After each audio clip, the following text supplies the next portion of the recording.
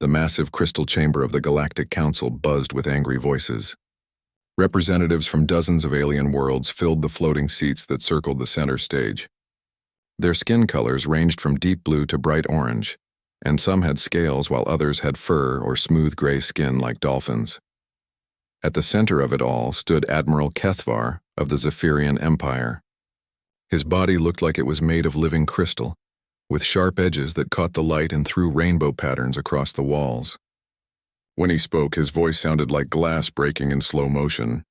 "Fellow council members," Kethvar said, raising one of his forearms, "the humans have gone too far this time." A hologram appeared above his head. It showed a small blue planet surrounded by tiny metal ships. The ships looked old and beaten up compared to the sleek vessels that filled the space around other worlds. "These primitive beings have moved into the Kepler sector without permission," Kethvar continued. "They have built mining stations on worlds that belong to the galactic community. They must be stopped before they spread their chaos further." The alien representatives began talking all at once. Some had voices like singing birds. Others sounded like grinding rocks. Dr. Elena Vasquez sat quietly in the human section, which was much smaller than the others. She was the only human in the entire chamber. Elena had short gray hair and wore a simple blue uniform with Earth's symbol on the shoulder. She looked calm, but inside her heart was beating fast. She had been Earth's ambassador for 10 years, and she had never seen the council this angry. A tall alien with green skin and 6 eyes stood up. "This was Chancellor Vorth of the Centauri Republic. The humans claim they need these resources for their growing population," he said in a voice like bubbling water. "But they refuse to follow proper procedures. They will not submit their technology for review or join our trade agreements, because they have nothing to offer us," laughed a creature that looked like a giant spider with silver fur. "Their fastest ships take months to travel between stars. Our children have toys that move faster." Elena felt her face grow hot, but she kept her expression neutral. She had heard these insults many times before. To most of the galaxy, humans were like annoying children who had somehow learned to fly between planets. Kethvar nodded his crystal head. "Exactly. The humans are barely out of their own solar system, yet they act like they have rights equal to civilizations that have traveled the stars for thousands of years." The hologram changed to show human ships mining asteroids and building space stations. The technology looked crude compared to the flowing, elegant designs favored by most alien races. Human ships were all sharp angles and visible weapons, like someone had welded metal boxes together and stuck engines on them. "They are aggressive and unpredictable," added a floating jellyfish-like creature whose words came out as musical tones. "My people have studied their history. They fight wars over everything. Water, land, ideas, even the color of their skin." "Dangerous primitives," agreed another voice. Elena finally stood up. The chamber grew quiet as all eyes turned to her. She was small compared to most of the aliens, and her simple appearance made her look even more out of place among creatures with advanced technology growing from their bodies. "Honored council members," Elena said in a clear voice that carried across the chamber, "Earth acknowledges your concerns. We are willing to discuss these matters through proper diplomatic channels." Kethavar's crystal body flashed with angry red light. "The time for discussion is over, human. Your people have had 3 standard years to comply with our requests. Instead, you have expanded your operations and ignored our warnings." The hologram changed again, showing more human settlements and mining operations. Each one looked small and vulnerable, defended by only a few patrol ships. "The Zephyrian Empire has been chosen by this council to deliver a final message to your species," Kethvar announced. "You have 72 standard hours to withdraw from all disputed territories. Remove your settlements, your miners, and your ships. Return to your own solar system where you belong." "And if we refuse?" Elena asked, though she already knew the answer. "Then the galaxy will take corrective action," Kethvar said with what might have been a smile if crystal beings could smile. "Do not mistake our patience for weakness, human. The Zephyrian Second Fleet consists of 200 warships. Each one could destroy your entire Earth Navy without taking damage." Murmurs of agreement filled the chamber. Elena looked around at the alien faces and saw no sympathy there. To them, humanity was just another young race that needed to learn its place in the galaxy. "I will need the full 72 hours to relay this message to Earth's government," Elena said carefully. "Of course," Kethvar nodded. "We are not unreasonable. But understand this, human. When those 72 hours end, any human presence in disputed space will be considered an act of war. Elena bowed slightly, the way Earth's diplomats had been taught. I understand completely, Admiral. Earth will have its answer ready. As the council session ended and aliens began filing out of the chamber, Elena remained in her seat. Her hands were steady, but inside she felt like a small animal surrounded by predators. She had known this day would come eventually. Earth's expansion had been too fast, too bold for the galaxy's comfort. When the chamber was nearly empty, Elena reached up and touched the small blue pin on her uniform collar. It looked like a simple Earth symbol, but hidden inside was technology that most of the galaxy thought humans were too primitive to possess. She pressed the pin in a specific pattern. 3 short, 2 long, 3 short again. The ancient Earth distress signal that every human child learned in school. The signal traveled faster than light itself, using principles that the galaxy's greatest scientists claimed were impossible. It crossed the void between stars in seconds rather than the hours it should have taken. It passed through alien sensor networks without being detected, using frequency patterns that registered as cosmic background radiation. In the depths of Earth's Pacific Ocean, something vast and ancient received the signal. Elena stood up and walked toward the exit, her footsteps echoing in the empty chamber.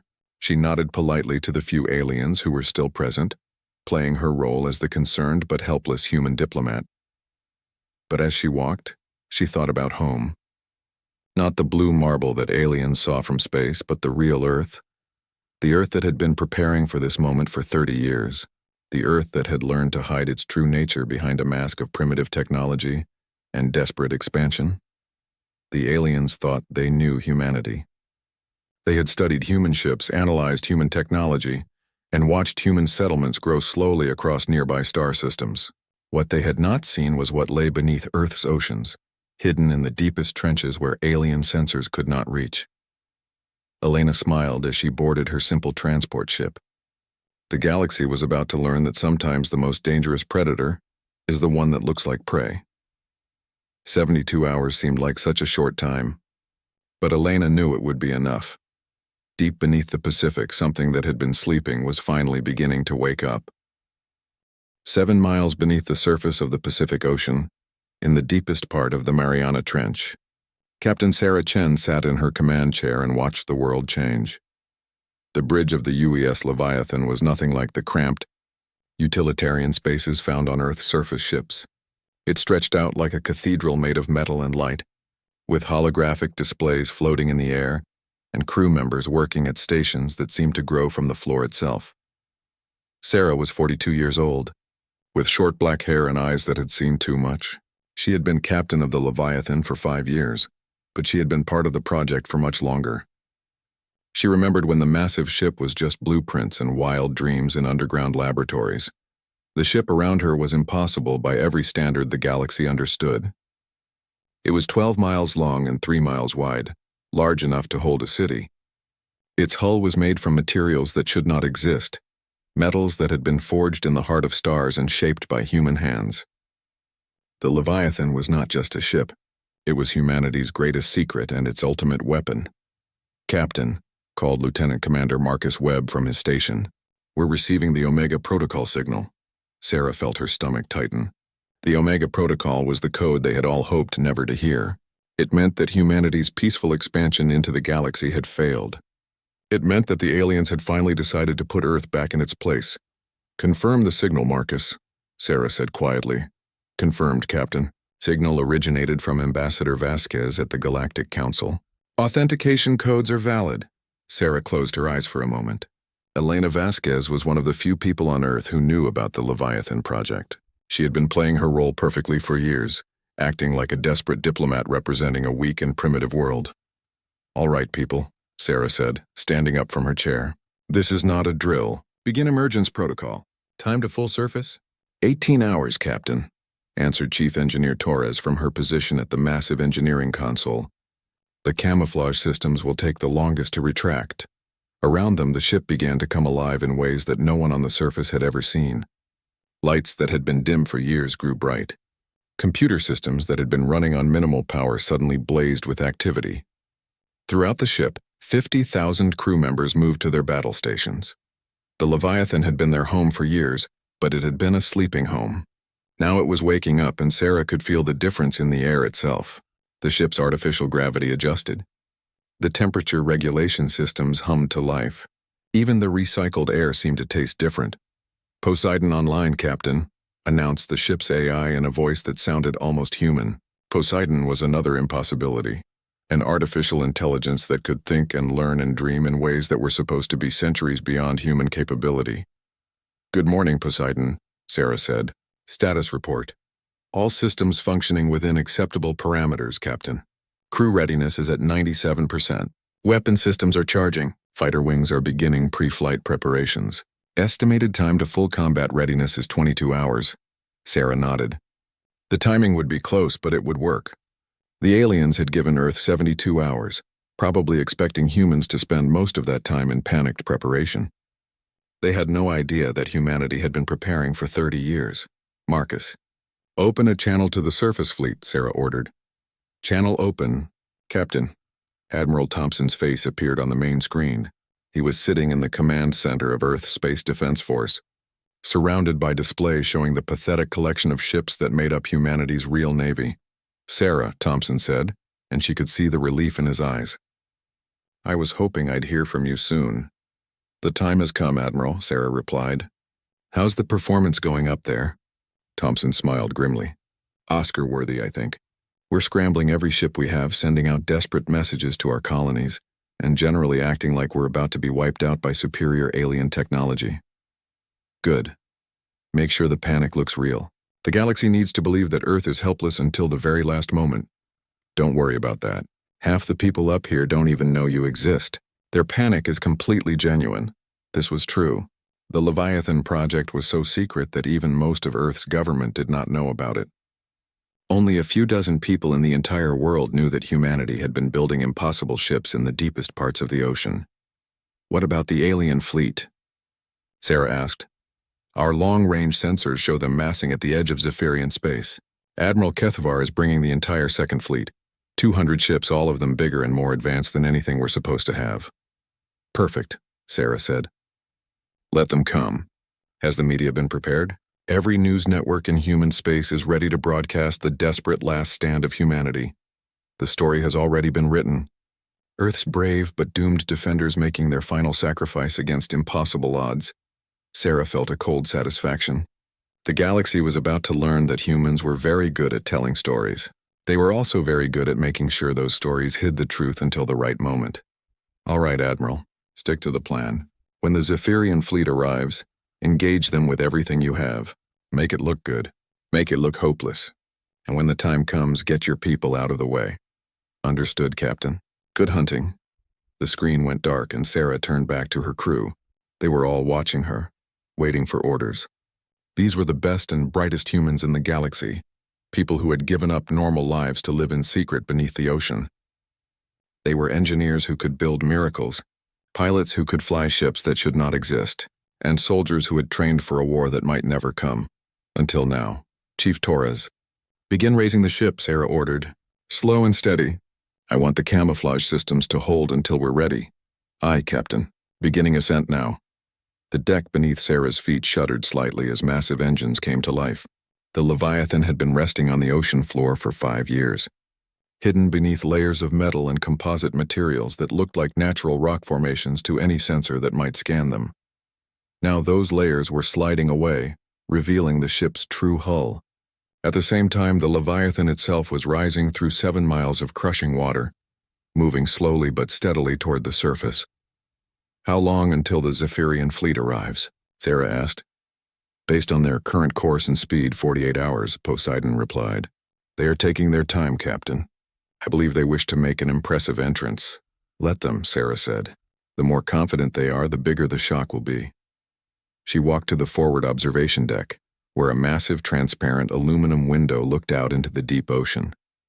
Schools of strange fish swam past, creatures that lived in the eternal darkness of the deep sea. Some of them glowed with their own light, creating patterns in the water that looked almost like alien writing. Soon, Sarah thought, these fish would see something that had never happened before. They would see a human warship rise from the depths like a metal mountain, carrying weapons and technology that could reshape the galaxy. The aliens thought they knew humanity. They had watched human ships and studied human technology and decided that Earth was just another young race that needed guidance from its betters. They were about to discover how wrong they could be. The Zephyrian Second Fleet dropped out of hyperspace at the edge of Earth's solar system, like a swarm of deadly insects. 200 warships materialized in perfect formation, their crystal hulls catching starlight and throwing it back in patterns that were both beautiful and terrifying. Admiral Kethvar stood on the bridge of his flagship, the Shard of Victory, and felt satisfaction flow through his crystalline body. The human system looked exactly as pathetic as he had expected. A few small space stations orbited the inner planets, and primitive mining ships moved slowly between asteroids like metal beetles. Sensor report, Kethvar commanded. Scanning now. Admiral, replied his tactical officer, whose crystal body glowed with blue patterns when he was concentrating. I detect 12 human cruisers moving to intercept us, along with 36 smaller attack craft. Total mass is approximately 800,000 tons. Kethvar's body flashed with amused orange light. The entire human fleet weighed less than his flagship alone. This was going to be even easier than he had thought. What about their planetary defenses? He asked. Minimal, Admiral. Some orbital platforms around their homeworld, but nothing that could threaten even our smallest vessels. Their weapons appear to be simple nuclear missiles and primitive energy beams. Perfect. Kethvar turned to his communications officer. Open a channel to the human fleet. On the main screen, the face of Admiral Thompson appeared. He was an older human with gray hair and deep lines around his eyes. He looked tired and worried, exactly as Kethvar had hoped. I am Admiral Kethvar of the Zephyrian Empire, Kethvar announced. Your government has been given 72 hours to withdraw from disputed territories. That time has expired. Admiral, Thompson replied. Earth requests more time to evacuate our civilian populations from the mining colonies. Surely the great Zephyrian Empire can show mercy to innocent families. Kethvar felt his crystal body pulse with red anger. Your people should have thought of their families before they defied the Galactic Council. You have brought this upon yourselves. Then we'll defend our homes, Thompson said, and Kethvar had to admit the humans showed courage even in the face of certain death. All human ships, this is Admiral Thompson. Engage the enemy. The human fleet began moving toward the Zephyrian formation, their ships accelerating as fast as their primitive engines could manage. They moved in a tight group, probably hoping to concentrate their fire and take down 1 or 2 Zephyrian vessels before being destroyed. Tactical analysis? Kethvar asked. Their strategy is simple but logical, Admiral.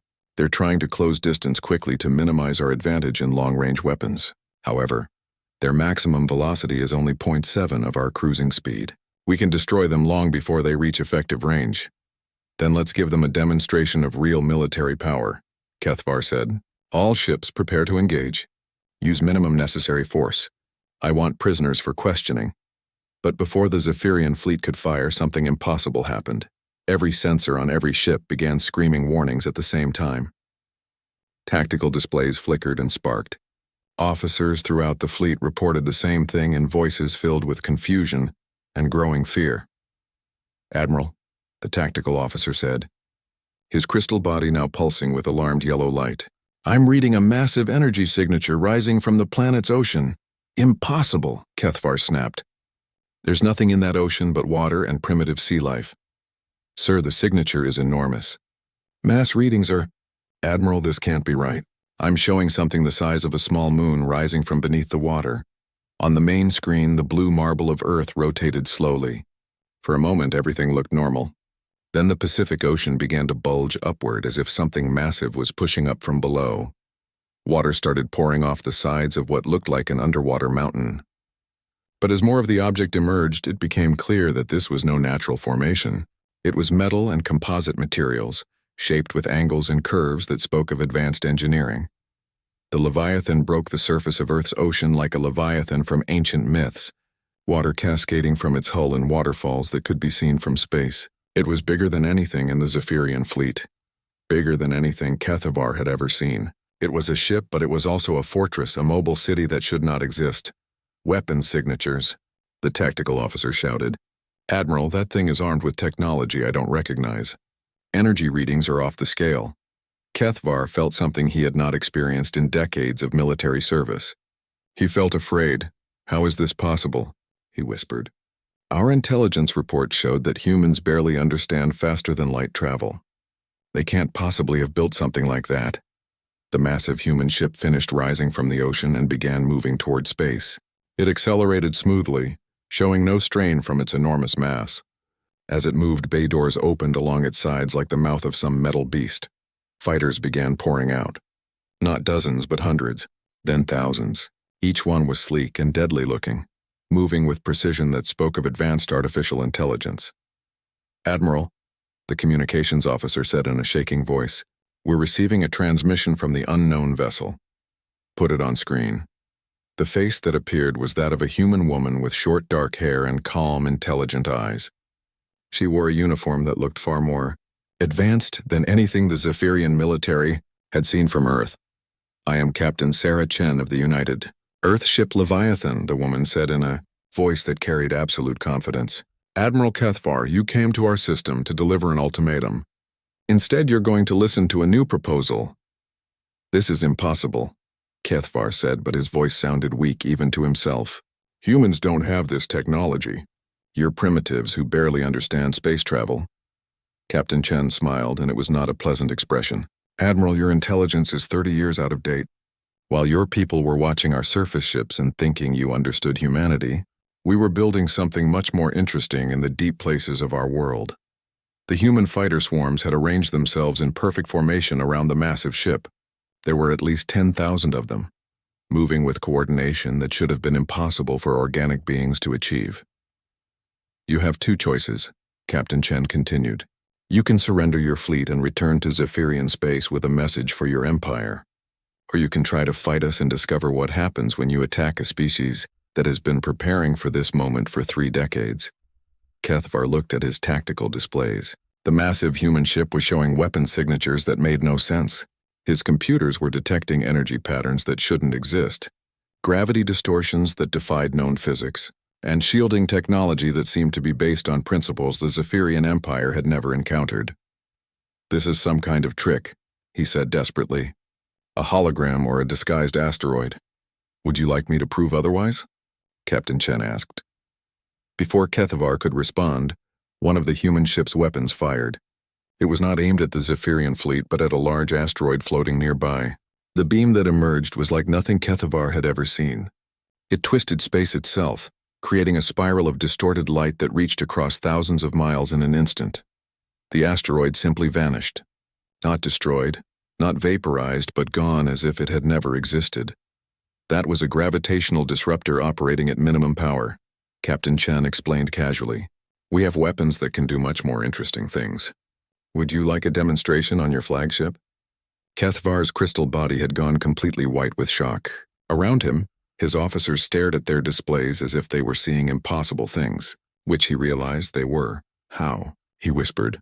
"The same way every species advances, Admiral. We learned from our mistakes, we studied what we could capture, and we built something better. The difference is that we did it quietly, while letting the galaxy think we were still primitive." The human fleet that had been moving to intercept the Zephyrians suddenly changed course. Instead of attacking, they were moving out of the way, clearing space for the massive ship that had risen from Earth's ocean. "Now," Captain Chen said, "shall we discuss surrender terms? Or would you prefer to explain to your empire how you lost the entire second fleet to a species you thought was primitive?" Admiral Kethvar's pride would not let him surrender without a fight, even when faced with the impossible. His crystal body flashed with angry red light as he made the decision that would change galactic history forever. "All ships," he commanded through gritted crystal teeth. "Attack formation, Delta 7. Target the large vessel first. Show these primitives what real military power looks like." The Zephyrian fleet moved with practiced precision, their ships spreading out in a complex pattern designed to overwhelm any enemy through superior numbers and firepower. Plasma cannons that could melt through the hulls of any known ship began charging. Quantum torpedoes that could phase through shields prepared to launch. Captain Sarah Chen watched the alien fleet's movements on her tactical display and felt a mixture of sadness and anticipation. She had hoped the Zephyrians would be smart enough to surrender, Instead, they were about to learn why humanity had spent 30 years preparing for this moment. All fighter wings launch, Sarah ordered calmly. Poseidon, activate battle protocols. Show them what we've been building. With pleasure, Captain, the AI replied. The space around Earth suddenly filled with light and motion as the battle began. The Zephyrian fleet fired first, sending streams of plasma and volleys of quantum torpedoes toward the Leviathan. Their weapons moved at the speed of light, covering the distance between the fleets in seconds. Every shot missed. The massive human ship simply wasn't where the targeting computers said it should be. It had moved in ways that should have been impossible for something so large, sliding sideways through space as if the laws of physics were merely suggestions. Impossible, breathed Kethvar's tactical officer. Nothing that size can maneuver like that. But Sarah Chen was just getting started. Return fire, she said quietly. The Leviathan's weapons activated, and the Zephyrian fleet discovered that their understanding of warfare was about to become completely obsolete. Instead of simple energy beams or projectiles, the human ship fired weapons that twisted reality itself. Gravitational distortion cannons reached across space and grabbed 3 Zephyrian cruisers, crushing their hulls like empty cans. Quantum disruptor beams passed through alien shields as if they didn't exist, overloading power systems and leaving ships drifting helplessly in space. But the most shocking weapon was one the Zephyrians had never seen before. Tractor beam projectors that didn't just pull objects through space, but could selectively target and disable specific systems on enemy ships. Entire Zephyrian vessels found their weapons offline, their engines dead, their shields collapsed while their life support continued to function normally. What are they doing? Kethvar demanded as he watched his ships being systematically disabled rather than destroyed. I think, his tactical officer said in a voice filled with growing horror, they're capturing our fleet intact. Meanwhile, the human fighter wings were demonstrating why organic pilots enhanced with artificial intelligence were superior to any purely digital or purely biological system. Each fighter was small enough to dodge the Zephyrian point defense systems, but smart enough to coordinate attacks in real time. Lieutenant Commander Lisa Park dove her fighter through a storm of alien fire, her enhanced reflexes allowing her to process information faster than any computer. The AI that shared her ship's systems fed her targeting data, flight path calculations, and tactical analysis faster than she could think. This is Alpha Leader, she called over the comm system. Beginning attack run on the flagship. Copy that, Alpha Leader, came the reply from her wingman. I've got your 6. Park's fighter carried weapons that were just as impossible as those on the Leviathan. Micro-singularity torpedoes that created tiny black holes on impact, phase-shift cannons that could fire through solid matter, and most devastating of all, nanite disruptor mines that could reprogram alien computers from the inside. She flew directly at the Shard of Victory, Admiral Kethvar's flagship, weaving through defensive fire that would have vaporized any conventional fighter. At the last second, she released her payload and pulled away in a turn that should have torn her ship apart. The nanite mines struck the Zephyrian flagship's hull and immediately began their work. Instead of exploding, they burrowed through the crystal armor and into the ship's computer systems. Within seconds, they had taken control of the vessel's navigation, weapons, and shields. On the bridge of the Shard of Victory, every control panel went dark. Admiral, the tactical officer reported in a panic. We've lost all primary systems. The ship isn't responding to commands. How is that possible? Kethvar demanded. His answer came in the form of a new voice speaking through his ship's communication system. It was Captain Chen, but she was somehow speaking from inside his own vessel. Admiral Kethvar, her voice said calmly. Your ship's computer systems have been compromised by human nanite technology. Your weapons are offline, your engines are disabled, and your shields are down, but your life support is functioning normally because we don't want to kill you.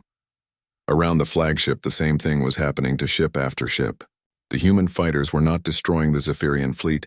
They were systematically capturing it. Advanced alien technology that had taken centuries to develop was being turned off like a light switch by human systems that shouldn't exist. This is impossible, Kethvar said again, but the words were starting to sound hollow even to himself.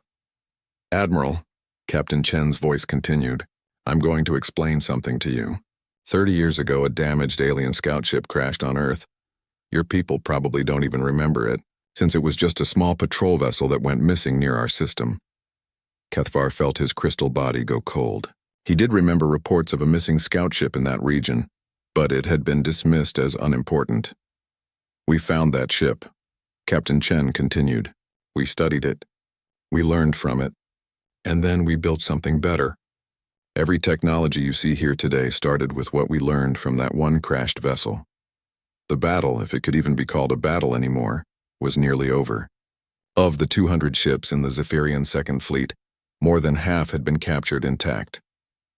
The rest were trying to retreat, but even that was proving impossible. The human fighters moved like a swarm of intelligent predators, cutting off escape routes and herding the remaining alien ships into formation.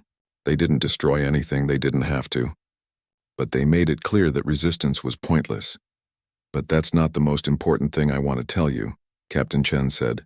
And now her voice was coming from speakers throughout the entire Zephyrian fleet. The most important thing is this: the Leviathan is not unique. On every Zephyrian ship, the same holographic display activated. It showed a map of human space with 7 markers scattered across different star systems. 7 ships like this one, Captain Chen explained. Each one hidden, each one ready. Each one crewed by humans who have spent their entire adult lives preparing for the day when the galaxy decided we needed to be put in our place. Admiral Kethvar stared at the display and felt something break inside his mind. 7 ships, 7 massive vessels that could each overwhelm an entire fleet. Humanity didn't just have one impossible weapon, they had 7 of them. You've been watching us for decades, Captain Chen continued, studying our surface ships, analyzing our technology, deciding that we were primitive and harmless. What you didn't realize is that we were watching you back, learning your weaknesses, understanding your tactics, and preparing for the day when you would finally decide to act against us. The captured Zephyrian ships were being moved into formation by human tractor beams, arranged like a parade of defeated enemies. But their crews were unharmed, their ships intact, their pride the only casualty. Now, Captain Chen said, you're going to take a message back to your empire and to the Galactic Council. Humanity is ready to join the galactic community as equals, not as subjects. We're willing to share our technology, our knowledge, and our resources, but we will never again be dismissed as primitives who need guidance from our betters. On the bridge of the Shard of Victory, Admiral Kethvar finally found his voice. What do you want from us? Simple, Captain Chen replied. Respect, recognition, and the understanding that Earth is not a young race that needs to be controlled. We are a mature civilization that chose to keep our capabilities hidden until we needed them. And if we refuse, Captain Chen's voice carried a note of steel that made Kethvar's crystal body shiver. Then you'll discover what the other 6 ships are capable of. And Admiral, I promise you that this demonstration has been gentle compared to what we can really do. 3 weeks later, the Galactic Council chamber was more crowded than it had ever been in its 1,000-year history. Representatives from every known civilization had come to witness something that had never happened before. A primitive species demanding recognition as equals. Admiral Kethvar stood where he had stood before, but everything about him had changed. His crystal body no longer flashed with confident colors. Instead, it remained a dull gray that spoke of defeat and confusion. Beside him floated a holographic recording that showed the impossible battle in Earth's solar system. Dr. Elena Vasquez walked into the chamber wearing the same simple blue uniform she had worn 3 weeks ago. But now the aliens looked at her differently. Instead of seeing a helpless diplomat from a backward world, they saw the representative of a species that had just redefined what was possible. Honored council members, Elena said, and her voice carried easily across the silent chamber. I come before you today not to plead for Earth's survival, but to propose a new relationship between humanity and the galactic community. Chancellor Vorth of the Centauri Republic leaned forward with all 6 of his eyes focused on Elena. Ambassador Vasquez, we have seen Admiral Kethvar's recordings. We have studied the data from the battle. What we cannot understand is how this was possible.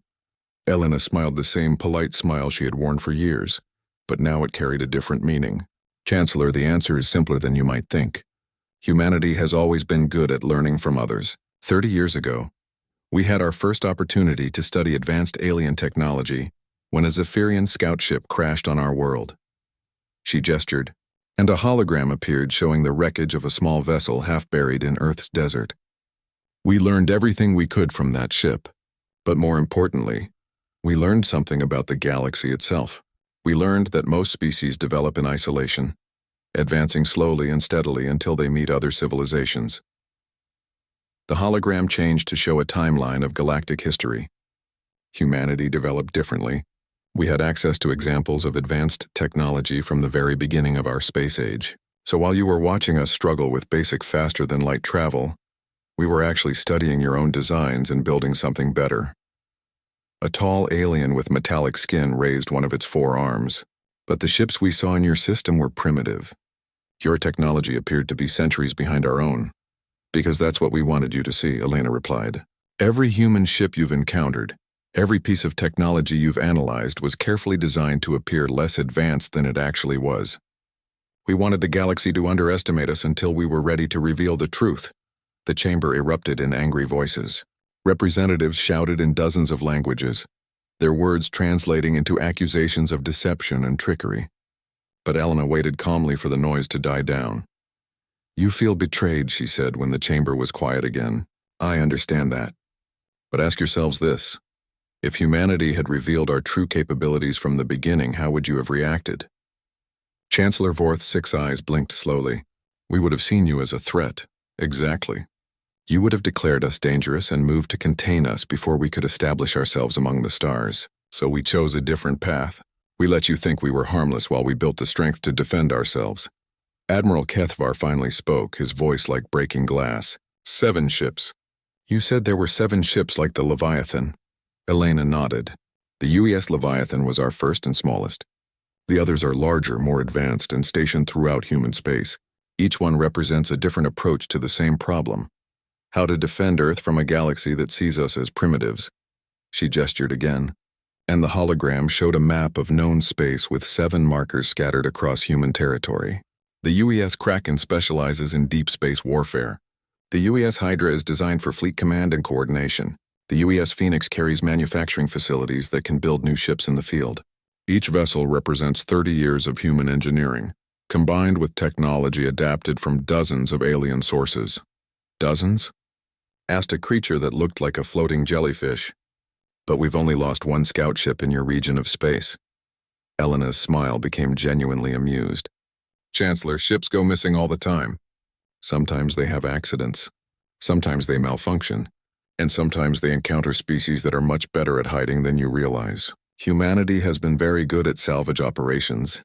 The implications of her words sent a chill through the chamber. How many missing ships over the decades had actually been captured and studied by humans? How long had Earth been watching and learning while pretending to be primitive? What do you want from us? Asked Chancellor Vorth. Full recognition as a sovereign power, Elena replied without hesitation. Voting rights in the Galactic Council proportional to our population and territory. Access to galactic trade networks and scientific exchanges, and most importantly, an end to any attempts to limit human expansion or development. And if we refuse? Elena's expression didn't change, but somehow her presence seemed to fill the chamber. Then you'll discover that humanity is very good at convincing people to change their minds. The Leviathan was gentle with Admiral Kethvar's fleet. We captured his ships intact and harmed no one. But we have other options if diplomacy fails. She gestured once more, and the hologram showed technical specifications that made the alien representatives gasp in shock. Weapons that could destabilize stars, drives that could move planets, manufacturing systems that could build fleets in days rather than years. We don't want to be your enemies, Elena continued. We want to be your partners, your allies, your friends. Humanity has much to offer the galaxy. Our rapid adaptation, our creativity, our ability to find new solutions to old problems. But we will not be anyone's subjects or clients. The chamber was silent for a long moment. Finally, Chancellor Vorth spoke. Ambassador, you are asking us to completely revise our understanding of your species and your capabilities. Yes, Elena said simply. I am.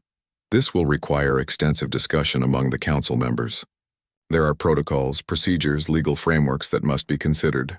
Of course, take all the time you need. Meanwhile, humanity will continue expanding and developing as we see fit. When you're ready to treat us as equals, we'll be here. Elena turned to leave, but Admiral Kethvar's voice stopped her. Ambassador, there is one thing I must know. How many of our secrets do you possess? How long have you been watching us? Elena looked back at the broken admiral with something that might have been sympathy. Admiral, humanity has been watching the galaxy for 30 years. We've studied your ship designs, your military tactics, your political structures, and your economic systems. We know which species are allies, which are enemies, and which are simply waiting for the right moment to expand their own power. She paused at the chamber's entrance. But more than that, we've learned something that most of the galaxy seems to have forgotten. We've learned that the universe is vast and dangerous, full of threats that no single species can face alone. Humanity doesn't want to conquer the galaxy, Admiral. We want to help defend it. Defend it from what?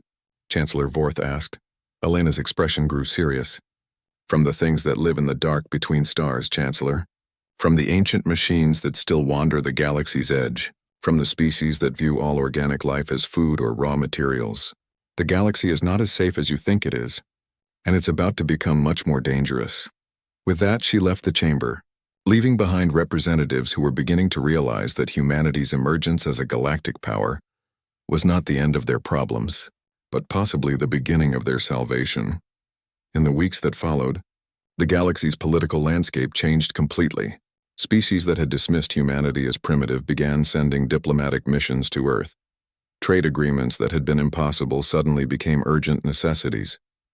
And in the deepest parts of space, ancient sensors that had been dormant for millennia began detecting the energy signatures of human ships.